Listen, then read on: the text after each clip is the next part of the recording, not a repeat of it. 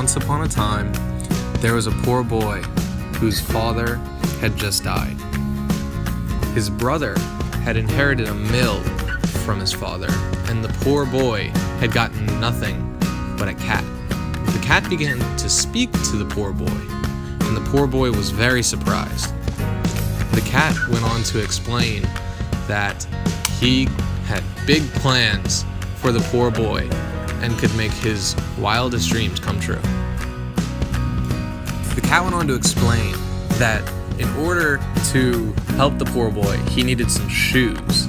The poor boy thought about it and decided if the cat could talk, what's the worst that could possibly happen? He went ahead, gave the cat some shoes.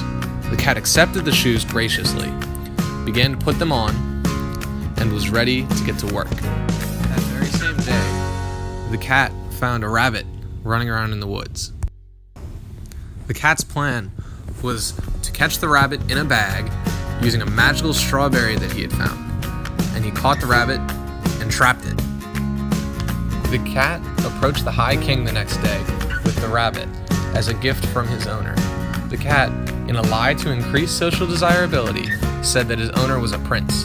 The king was very impressed and accepted the cat's gift. The very next day, the cat needed to persuade the poor boy to go swim in the river. However, the poor boy claimed that he did not know how to swim. After a short task-related conflict, the cat pushed the poor boy into the water, and the poor boy began to drown. The cat then quickly went for the king so he could pull the poor boy out of the water. When the king realized that this was the so-called prince that the cat had talked about, he presented him with his finest clothes. The poor boy was confused at first, but graciously accepted the clothes from the king. Now that the cat had introduced the poor boy to the king, his plan was working to perfection. After the rescue mission, the cat reminded the king that his owner was supposedly a prince, and he introduced his owner to the princess. The cat went on to invite the king and the princess to the poor boy's castle at the top of the highest mountain, and the king and the princess were both very intrigued.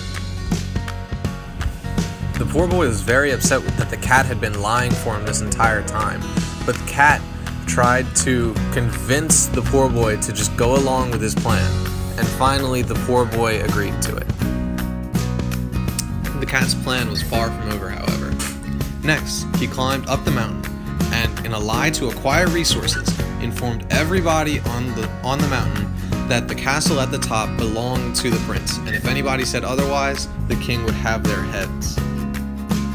The cat approached the castle doors, where lived a magical giant, and in using a false equivocal message, the cat told the giant that he was a great transformer and asked him if he could transform himself into a mouse.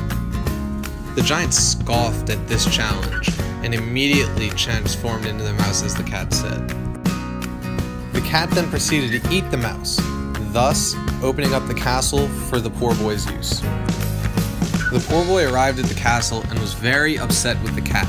The cat had been lying to acquire resources, present a competent image, and increase social desirability. The poor boy was an honest man who did not need his help, but the cat just insisted to accept it as part of his inheritance.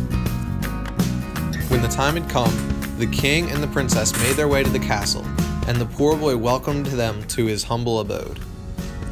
The poor boy, king, and princess were all conversing at dinner, the poor boy doing his best to maintain conversation, when the cat approached them with their food. The king decided that the poor boy was an appropriate suitor for his daughter. The poor boy was very surprised, but graciously accepted the offer. The big day finally came for the poor boy and his princess, with the cat as their ring bearer. Even though the cat had done all that lying and deceiving, the poor boy was gracious that he had accepted it as his inheritance. And it was a beautiful ritual, despite the fact that they skipped the customary kiss for a high five.